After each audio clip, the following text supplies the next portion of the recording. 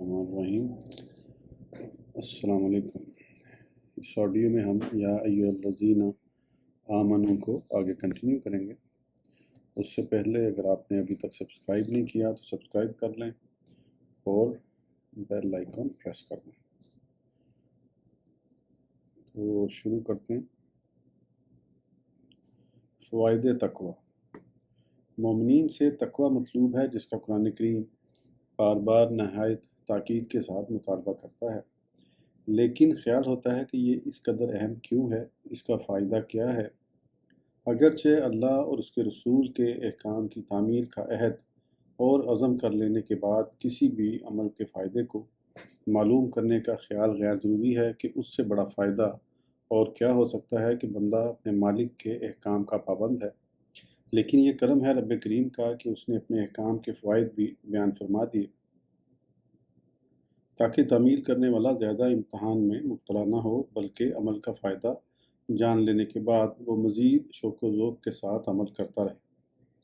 پس تقوی جو اعمال کا مجموعہ ہے، قرب الہی کا زینہ ہے، اس کے بے شمار فوائد بیان کیے گئے۔ چند ملاحظہ ہوں۔ سورہ البقرہ 212 آراستہ کر دی گئی ہے کافروں کے لیے دنیا کی زندگی، اور یہ مذاق اڑاتے ہیں ایمان والوں کا، حالانکہ پرہیزگاروں کی شان بلند ہوگی ان سے قیامت کے دن، اور اللہ روزی تو جسے چاہے بے حساب دیتا ہے۔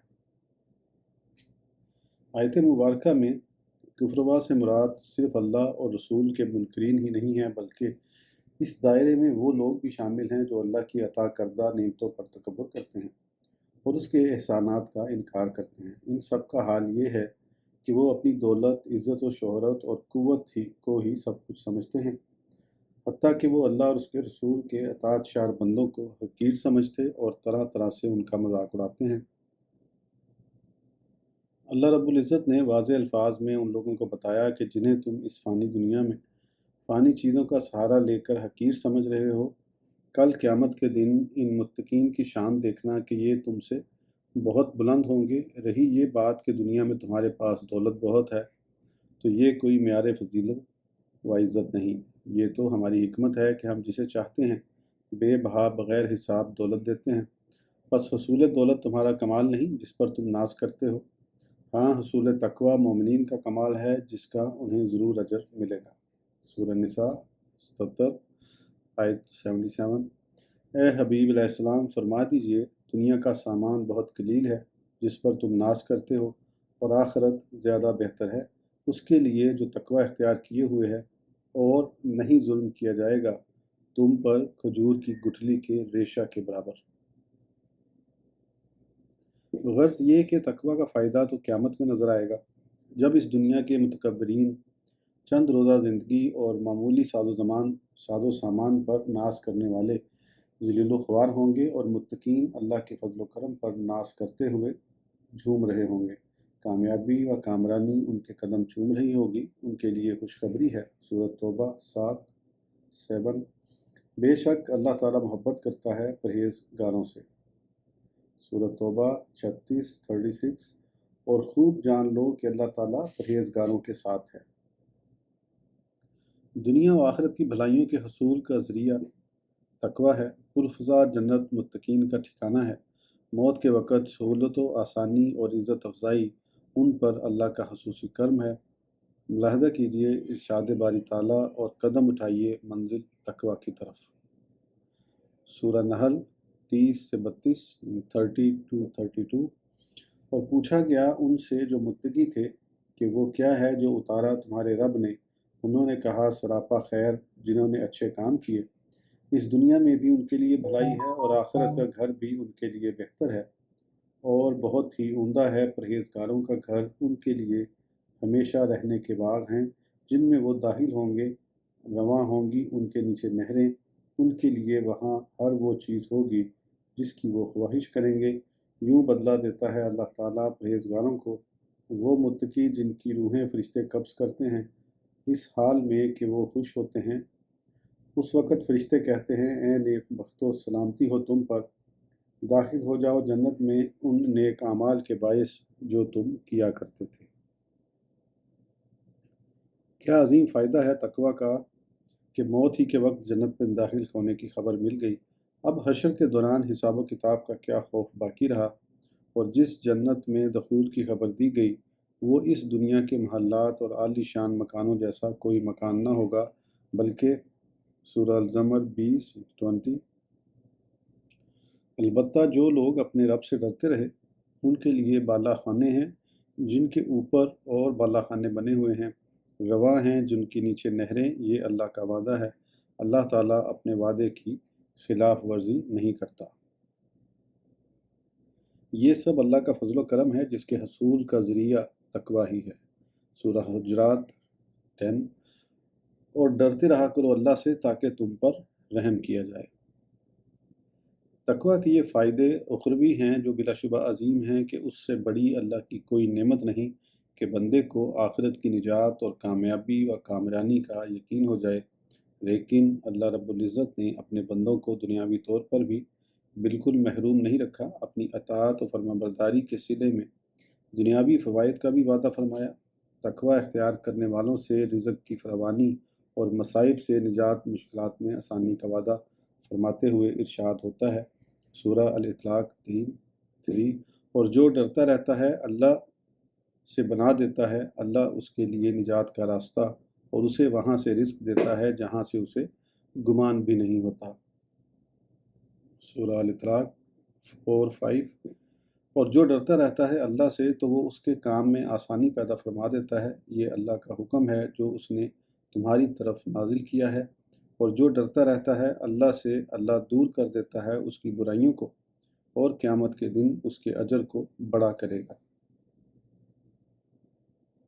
مشکلات سے نجات، رزق میں فراخی، مہمات میں آسانی کا ذریعہ تقوی قرار دیا جا رہا ہے۔ پس اہل ایمان اگر اللہ کے حکم کے مطابق تقوی اختیار کر لیں تو دنیا کی یہ نعمتیں ان کا مقدر ہیں، یہ اس رب کا وعدہ ہے جو اپنے وعدے کی ہرگز خلاف ورزی نہیں کرتا۔ ہم اگر اپنے اسلاف کے حالات زندگی پر نظر ڈالیں تو ہمیں یہ حقیقت کھلم کھلا نظر آتی ہے کہ انہوں نے تقوی ہی کے ذریعے دشمنوں کے خوف، بیماریوں کے دکھ اور ہر قسم کی مشکلات سے نجات پائی۔ انہیں اس طرح رزق نصیب ہوتا رہا کہ وہ بھی نہ جان پاتے تھے کہ یہ ابر رحمت کس طرف سے برس رہا ہے۔ بڑی بڑی مہمات کو انہوں نے اللہ ہی کے دربار میں سر بسجود ہو کر سر کیا، اسی لیے انہیں عزت نصیب ہوئی، وہ باوقار زندگی بسر کرتے رہے، دنیا والوں پر ان کا رعب و دبدبہ قائم رہا۔ اور اگر آج ہم اپنی حالت پر غور کریں اور اپنے گرد و پیش پر نظر ڈالیں تو سب کچھ اس کے برعکس ہے۔ ہم پر مشکلات آتی ہیں تو اللہ کے دربار میں اپنے گناہوں کی توبہ کرنے، اس کی اطاعت و فرمانبرداری کا عہد کرنے کے بجائے ہم مزید مکر و فریب اختیار کرتے ہیں اور مکڑی کے جالوں کا سہارا لے کر مشکلات سے نجات حاصل کرنا چاہتے ہیں، جس کا انجام ہمارے سامنے ہے کہ مشکلات کم نہیں ہوتی، بڑھتی ہی چلی جاتی ہیں۔ اسی طرح حصول دولت کے لیے ہم کیا کچھ نہیں کرتے، اللہ کے سامنے ہاتھ پھیلانے کے علاوہ سارے جتن کرتے ہیں، حتیٰ کہ حلال و حرام کا امتیاز بھی نہیں رکھتے۔ آج حصول دولت کے بڑے ذرائع سود، رشوت ہے جسے اہل ایمان کے لیے حرام قرار دیا گیا، لیکن ہمیں اس کی کیا پرواہ، ہماری نظر تو صرف اور صرف دولت کے ڈھیروں پر ہے۔ یہی حال ہماری انفرادی و اجتماعی مہمات کا ہے جن کے لیے ہم اپنی قوت و طاقت یا تدابیر پر کلی اعتماد کرتے ہیں۔ اللہ کی طرف رجوع کرنا کثر شان سمجھا جاتا ہے۔ دوستو، جب تک امت مسلمہ کے پاس تقوی تھا تو عزت و عظمت، وقار، رعب، دبدبہ، دولت، ہر میدان میں کامیابی و بلندی سب کچھ تھا، اور جو ہی مسلمان اس ہتھیار سے محروم ہوا اور مادی ہتھیاروں پر اعتماد کرنے لگا وہ ہر چیز سے محروم ہو گیا۔ دیکھ لیجئے آج 1995 مسلمانوں کے لیے کیسا ذلت و خواری کا دور ہے۔ ہر طرف مسلمانوں کا قتل عام ہو رہا ہے، انہیں دہشت گرد اور بنیاد پرست کہا جا رہا ہے، لیکن نہ کوئی مسلم حکومت صدائے احتجاج بلند کر سکتی ہے اور نہ ہی سونے کی کانیں اور تیل کے کنویں کام آ رہے ہیں۔ تقوی چھوٹا تو سب کچھ ہونے کے باوجود ہم محتاج ہیں، بھکاری ہیں۔ کاش ہم قرآن پر غور کریں، اللہ کے وعدے پر اعتماد کریں تو پھر ہمارے دن واپس آ سکتے ہیں۔ حضرت ابو ذر غفاری رضی اللہ عنہ بیان کرتے ہیں کہ ابن کثیر: حضور علیہ السلام نے مجھے یہ آیت سنائی اور جب آپ فارغ ہوئے تو ارشاد فرمایا، اے ابو ذر، اگر سب لوگ اس پر عمل کرنے لگیں تو یہ آیت ان سب کے لیے کافی ہے۔ علامہ قرطبی اس آیت کی تفسیر میں ایک واقعہ لکھتے ہیں کہ اوف بن مالک اشجعی رضی اللہ عنہ بارگاہ رسالت میں حاضر ہوئے اور عرض کی، یا رسول اللہ، میرے لڑکے کو دشمنوں نے قید کر لیا ہے، اس کی ماں سخت بے چین و پریشان ہے، حضور فرمائیے میں کیا کروں؟ نبی مکرم علیہ السلام نے فرمایا، اللہ سے ڈرو، صبر کرو، میں تمہیں اور تمہاری بیوی کو حکم دیتا ہوں کہ تم کثرت سے لا حول ولا قوت الا باللہ کا ورد کیا کرو۔ ارشاد نبوی سن کر اوف واپس آئے اور بیوی کو حضور علیہ السلام کا حکم سنایا۔ اس نے اطمینان کا سانس لیتے ہوئے کہا کہ آپ نے جس چیز کا حکم دیا ہے وہ بہت عمدہ ہے۔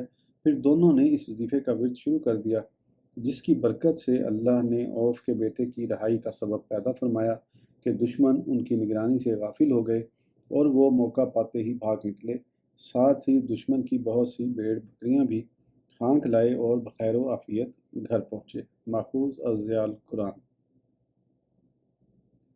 اگر یقین کامل ہو تو تقوی ایسی تیر بہدف عمل ہے جس سے دنیا و آخرت میں کامیابی و کامرانی میسر آتی ہے، مشکلات و آفات دور ہوتی ہیں، غربت و تنگ دستی کا خاتمہ ہو جاتا ہے، خوشحالی نصیب ہوتی ہے، دنیا کے دشوار کام سہل و آسان ہو جاتے ہیں، تقوی سے باہمی نفرتیں اور عداوتیں مٹتی ہیں، محبت و الفت سے بھری پرسکون زندگی میسر آتی ہے، متقیوں کے چہرے نور ایمان سے چمکتے ہیں، ان میں اپنوں کے لیے کشش اور دشمنوں کے لیے رعب ہوتا ہے، متقی ہی اللہ کے نزدیک مکرم و معظم ہوتے ہیں، وہی اللہ کے مقرب اور مخصوص بندے ہیں۔ تقوی انبیاء و اولیاء کی رفعت و بلندی کا ذریعہ ہے، جبکہ انبیاء کا تقوی وہبی اور عطیہ الہی ہوتا ہے، اور اولیاء و صالحین کا کسبی یعنی اپنے ریاض و مجاہدے سے حاصل کردہ ہوتا ہے۔ پس جو تقوی کی نعمت سے مالا مال ہو کر دنیا و آخرت کی کامیابی و کامرانی کا خواہاں ہیں، اسے متقین کے دامن سے وابستہ ہونا چاہیے۔ اعتصام بحبل اللہ۔ اعتصام کسی چیز کو اس قدر مضبوط پکڑنا کہ کسی حال میں چھوٹنے نہ پائے۔ حبل رسی آیت مبارکہ میں حکم دیا جا رہا ہے کہ اللہ کی رسی کو مضبوطی سے پکڑے رہو۔ حضرت علی ابن مسعود ابو سعید خدری رضی اللہ عنہم نے نبی مکرم علیہ السلام کا ارشاد بیان کیا کہ حبل اللہ القرآن، اللہ کی رسی قرآن ہے۔ بعض حضرات نے دین اور بعض نے نبی مکرم علیہ السلام کی ذات مقدس کو اللہ کی رسی قرار دیا۔ تینوں باتوں کا مفہوم ایک ہی ہے کہ قرآن و سنت ہی کا مجموعہ دین ہے، اور ارشاد باری تعالیٰ کا منشا یہ ہے کہ دین و شریعت کی پابندی کرتے رہو۔ دیگر آیات میں اسی حکم کا اس طرح اعادہ کیا گیا ہے۔ سورہ النساء 145 سے 146، 145 146۔ بے شک منافق سب سے نچلے طبقے میں ہوں گے دوزخ کے طبقوں میں سے، اور ہرگز نہ پائے گا تو ان کا کوئی مددگار مگر وہ لوگ جنہوں نے توبہ کی اور اپنی اصلاح کر لی اور مضبوطی سے پکڑ لیا اللہ کا دامن رحمت اور خالص کر لیا اپنا دین اللہ کے لیے، تو یہ لوگ ایمان والوں کے ساتھ ہیں، اور عطا فرمائے گا اللہ مومنوں کو اجر عظیم۔ سورہ الحج 78 بس صحیح ادا کیا کرو نماز اور دیا کرو زکوٰۃ اور مضبوط پکڑ لو اللہ کا دامن رحمت۔ ان دونوں آیتوں میں اعتصام باللہ یعنی اللہ کو مضبوط پکڑنا، اللہ کی رسی کو مضبوط پکڑنا، اللہ کو مضبوط پکڑنا، دونوں کا مفہوم ایک ہی ہے، یعنی دین کا پابند ہونا۔ اس ارشاد کا فائدہ بیان کرتے ہوئے فرمایا گیا، سورہ آل عمران 101 جو مضبوطی سے پکڑ لیتا ہے اللہ کے دامن رحمت کو تو ضرور پہنچایا جاتا ہے اسے سیدھی راہ تک۔ جس نے اللہ کو مضبوط پکڑ لیا یعنی دین کا پابند ہو گیا، وہ اس صراط مستقیم کو پا لے گا جو اسے منزل مقصود تک پہنچا دے، یعنی اس کی دنیا بھی بن جائے گی اور آخرت بھی، اللہ اور اس کے رسول کی اسے خوشنودی نصیب ہو جائے گی۔ اسی مفہوم کو مزید وضاحت کے ساتھ بیان کرتے ہوئے فرمایا گیا، سورہ نساء 175 175 تو جو لوگ ایمان لائے اور انہوں نے مضبوطی سے پکڑ لیا اللہ کی رسی کو تو ان قریب داخل کرے گا انہیں اپنی رحمت اور فضل میں، اور پہنچائے گا انہیں اپنی طرف لے جانے والی سیدھی راہ پر۔ اب آیت زیر گفتگو کا مفہوم واضح ہے کہ پوری امت مسلمہ کو متحد و منظم کرنے کے لیے ایک قانون، ایک نظام حیات پر متفق ہونے اور اس کے مطابق زندگی بسر کرنے کا حکم دیا جا رہا ہے۔ اس حکم کی تعمیل نہ کرنے کی صورت میں جو تفرقہ پیدا ہوتا ہے، اس میں مبتلا ہونے کی واضح ممانعت فرمائی گئی۔ ارشاد ہوا وَلَا تَفَرَّقُوا، اور فرقوں میں نہ بٹو کہ افتراق قوم کی تباہی، ذلت و خواری کا باعث بنتا ہے۔ فرمایا گیا سورہ انفال 46 اللہ اور اس کے رسول کی اطاعت کرو اور آپس میں نہ جھگڑو، ورنہ تم کم ہمت ہو جاؤ گے اور اکھڑ جائے گی تمہاری ہوا، اور صبر کرو، بے شک اللہ صبر کرنے والوں کے ساتھ ہے۔ اعتصام ہو یا اطاعت، دونوں ایک ہی ہیں۔ ان سے روگردانی، کمزوری اور تباہی کا سبب ہے۔ حقیقت میں یہ وہ نسخہ کیمیا ہے جو قوم کو متحد و منظم کر کے ایک آہنی دیوار بنا دیتا ہے۔ اتحاد، قومی اتحاد کی کشش اور اس کے بہترین نتائج ایک ناقابل انکار حقیقت ہیں، اسی لیے ہر دور میں اس کے حصول کی کوششیں جاری رہیں۔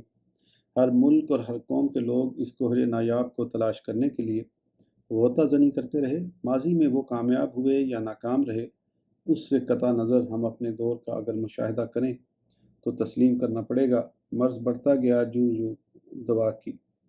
اتحاد کے حصول کے لیے آج کیا کیا جتن نہیں ہو رہے۔ پانی کی طرح اس مقصد کے لیے دولت بہائی جا رہی ہے، بین الاقوامی تنظیمیں قائم ہیں، ملکی سطح پر نت نئے ناموں سے جماعتیں بنائی جاتی ہیں، لیکن انجام کار جو اتحاد کا نعرہ بلند کرتا ہے، میدان میں آتا ہے، وہ خود ہی ایک پارٹی بن جاتا ہے اور افتراق میں اضافے کے سوا کوئی کارنامہ انجام نہیں دے پاتا۔ ماضی کی تاریخ پر نظر ڈالیے یا اپنے گرد و پیش پر، کہیں کسی ملک اور کسی قوم میں آپ کو اتحاد نظر نہیں آئے گا۔ اس کی وجہ یہ ہے کہ چند لوگ مل کر اتحاد کا فارمولہ وضع کرتے ہیں اور پوری دنیا کو اس پر لبیک کہنے کی دعوت دیتے ہیں، جبکہ دوسرے لوگ کوئی اور فارمولہ پیش کر دیتے ہیں۔ اسی طرح پارٹیاں بنتی رہتی ہیں، قائم رہتی ہیں اور مقصد حاصل نہیں ہو پاتا، کیونکہ کسی انسان یا کسی گروہ کا بنایا ہوا نظام یا دستور العمل کتنا ہی اچھا کیوں نہ ہو، ضروری نہیں کہ اس کو پوری قوم یا ملک کے تمام لوگ قبول کر لیں۔ یہ صرف آفاقی نظام، اللہ کے عطا کردہ اصول زندگی ہیں جو ہر قسم کے ذہنوں کے لیے قابل قبول ہو سکتے ہیں، کیونکہ خالق سے بہتر اپنی مخلوق کی فطرت کو کوئی نہیں جان سکتا۔ پس خالق انسان نے انسان کی فطرت کے عین مطابق نظام حیات عطا فرمایا جو اس سے روح گردانی کرتا ہے۔ در حقیقت اس کی ذہنی صلاحیتیں فلوج ہیں، اسی لیے قرآن کریم منکرین کو جانوروں سے بدتر قرار دیتا ہے۔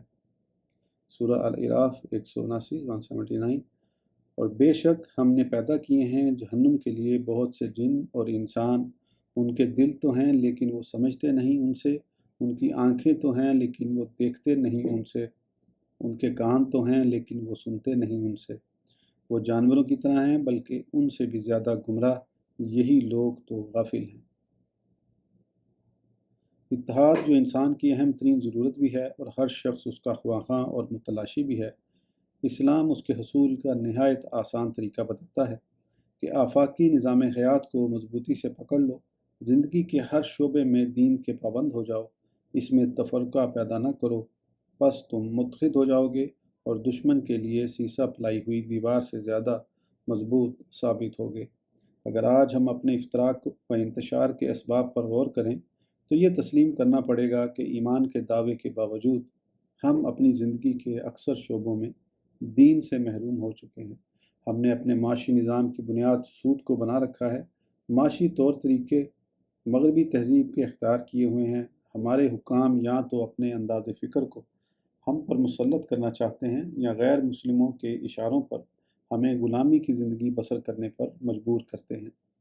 اسی طرز زندگی اور دین سے دور رہنے کی سزا ہمیں یہ مل رہی ہے کہ ہم دولت کی فراوانی، 48 ملکوں سے زیادہ پر حکمرانی اور سائنس اور دور حاضرہ کے دیگر علوم میں کامرانی کے باوجود حقیر ہیں، خوار ہیں، غیر مسلموں کے در کے بھکاری ہیں، سیاسی و معاشی اعتبار سے غیروں کے غلام ہیں، دہشت گرد کہلاتے ہیں، رجعت پسند بنیاد پرست کہلاتے ہیں، اے اللہ تو ہی ہمارے حال پر رحم فرما اور اپنی رسی کو مضبوط پکڑنے کی توفیق و ہمت عطا فرما۔ ضروری وضاحت۔ یہاں ہم دو باتوں کی وضاحت ضروری سمجھتے ہیں جن سے بہت سے شکوک و شبہات رفع ہو جائیں گے جو اتحاد کی خواہش رکھنے والوں کے ذہنوں میں اکثر پیدا ہوتے رہتے ہیں۔ اولاً یہ کہ آیت مبارکہ میں خطاب اہل ایمان کو ہے، یعنی مومنین کو خصوصی طور پر حکم دیا جا رہا ہے کہ اللہ کی رسی کو پکڑ کر متحد ہو جاؤ، اور مومنین ہی کو افتراق سے باز رہنے کی ممانعت کی جا رہی ہیں، یعنی مطلوب قرآنی اتحاد بین المسلمین ہے۔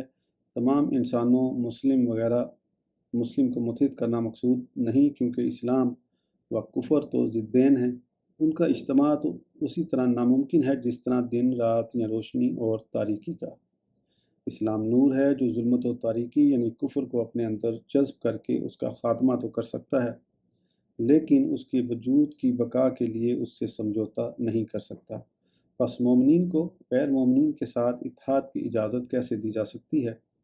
اسلام کا پیغام عام انسانوں کے لیے ہے، وہ سب کو ایک اللہ کی عبادت کی دعوت دیتا ہے، لیکن اس کے احکام اور ان کی برکتیں انہی خوش نصیبوں کے لیے ہیں جو اس دعوت کو قبول کر لیتے ہیں۔ یہ واضح قرآنی فیصلہ ہے کہ مومنین ایک قوم ہے جس کی وحدت کا مرکز حبل اللہ یعنی قرآن ہے، جبکہ کافر ایک علیحدہ قوم ہے جس کا حبل اللہ سے کوئی تعلق و واسطہ نہیں۔ سورۃ تغابن آیت نمبر 2۔ اللہ وہی ہے جس نے تمہیں پیدا فرمایا، پھر تم میں سے بعض کافر ہیں اور بعض مومن، اور اللہ تم جو کرتے ہو خوب دیکھ رہا ہے۔ یہی دو قومی نظریہ کہلاتا ہے جس کی بنیاد پر اہل اسلام کو کفار سے علیحدہ اپنی حکومت قائم کرنے اور اپنی مملکت کی حدود متعین کرنے کا حکم ہے، تاکہ وہ اپنے ملک میں اسلامی نظام نافذ کر کے اسلامی اصولوں کے مطابق آزادانہ پرسکون زندگی بسر کر سکیں، اور اگر وہ یہ نہیں کرتے تو پھر مسلم مملکت کا کوئی جواز باقی نہیں رہتا۔ بہرحال اتحاد امت مسلمہ کا مطلوب و مقصود ہے، جس کے لیے اللہ کی رسی کو مضبوط پکڑنے کا حکم دیا گیا۔ یہ ذہن نشین رہے کہ بات اہل ایمان کی ہو رہی، ہر کلمہ پڑھنے والے کی نہیں، کیونکہ ایمان کے دعوت دار ایسے بے شمار ہیں جو کلمہ پڑھتے ہیں، بظاہر عبادتیں کرتے ہیں، مسلمانوں جیسی زندگی بسر کرتے ہیں، لیکن کسی ایسے عقیدے کے منکر ہیں جو قرآن و سنت سے واضح طور پر ثابت ہے۔ یہ شرعاً اہل ایمان میں شامل نہیں ہو سکتے، اور ان سے اتحاد تو درکنار کسی قسم کے تعلق کی اسلام اجازت نہیں دیتا۔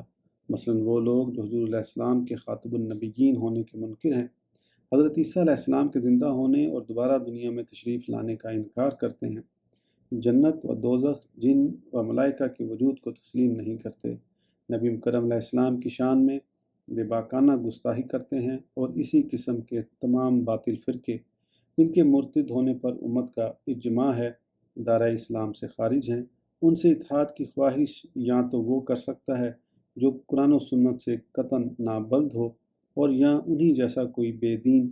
یہ تصور بڑا ہی غلط اور دین کا مذاق اڑانے کے مترادف ہے کہ ہر کلمہ گو مسلمان ہے، لہٰذا کسی کلمہ پڑھنے والے کو کافر یا مرتد نہ کہا جائے۔ غرض یہ کہ اللہ کی رسی کو مضبوط پکڑ کر متحد ہو جانے کا حکم صرف ان مومنین کے لیے ہے جو قرآن و حدیث کے مطابق مومن ہیں۔ دوسری وضاحت یہ ضروری ہے کہ آیت مبارکہ میں اعتصام کے بعد افتراق کی ممانعت کی گئی ہے، جس کے لیے وَلَا تَفَرَّقُوا ارشاد ہوا۔ افتراق اور اختلاف میں بہت فرق ہے۔ افتراق ایسی گروہ بندی ہے جس کی بنیاد انانیت اور نفسانیت ہو، جس کی انتہا یہ ہو کہ ایک گروہ دوسرے گروہ کے ایمان، عزت و آبرو، جان و مال کا دشمن ہو جائے، اور ہر گروہ اپنی بقا کے لیے قتل و غارت تک سے گریز نہ کرے۔ اس افتراق کا انجام سوائے تباہی کے کچھ نہیں۔ قرآن کریم اس کی ممانعت فرماتا ہے، لیکن اختلاف کی ممانعت نہیں، کہ نظریاتی اختلاف یا اختلاف رائے ایک فطری عمل ہے جس پر پابندی عائد نہیں کی جا سکتی اگر اس میں انانیت اور نفسانیت کا عنصر شامل نہ ہو اور قرآن و سنت کی حدود میں رہتے ہوئے ہو تو یہ مضر نہیں، بلکہ نبی مکرم علیہ السلام کے ارشاد اختلاف امتی رحمت کے مطابق مفید باعث رحمت ہے۔ قرآن و حدیث میں جن احکام و مسائل یا عقائد کی وضاحت نہیں، ان کو سمجھنے میں ہر دور میں اختلاف رہا ہے، اور ہر ذی علم نے اپنی اپنی فہم کے مطابق اس کی تعبیر کی ہے۔ جو تعبیر قرآن و سنت سے ہٹ کر کی گئی وہ مردود اور ناقابل عمل رہی، لیکن جو تعبیرات قرآن و سنت کی روشنی میں کی گئیں وہ مختلف ہونے کے باوجود مبرور اور قابل عمل رہیں۔ یہی صورت عامہ اربا کے اختلاف میں موجود ہے کہ انہوں نے شرعی مسائل کی قرآن و سنت اور عمل صحابہ کی روشنی میں واضح صورت امت کو پیش کی، جس نے جو بھی طریقہ عمل متعین کیا وہ بلا شبہ حق اور صحیح ہے۔ یہ امت میں افتراق نہیں بلکہ اختلاف رائے ہے، جس کے سبب قرآن و حدیث پر غور و فکر اور تحقیق کا دروازہ کھلا اور نت نئے پیش آمدہ مسائل کا حل مل سکا۔ اگر اس اختلاف پر پابندی عائد کر دی جاتی تو دین منجمد ہو کر رہ جاتا اور بیشتر مسائل پر عمل کی کوئی صورت نہ نکلتی۔ اسی طرح بعض عقائد کی تعبیر میں اختلاف ہوا اور آج تک ہے، لیکن اگر اس کو افتراق کا ذریعہ نہ بنایا جائے تو مضر نہیں بلکہ مفید ہے۔ فقہی اختلاف اور عقائد کے اختلاف کے سبب اگر کسی امام کی اقتداء میں کوئی نماز نہیں پڑھتا تب بھی اس سے امت کے اتحاد کو کوئی نقصان نہیں پہنچتا۔ ان اختلافات کی مثال ایسی ہے جیسے ایک گھر میں بسنے والے چند افراد کے درمیان امور خانہ میں اختلاف ہو، لیکن دشمن کے مقابلے میں وہ سب متحد نظر آئیں اور مل کر اپنے گھر کی حفاظت کریں۔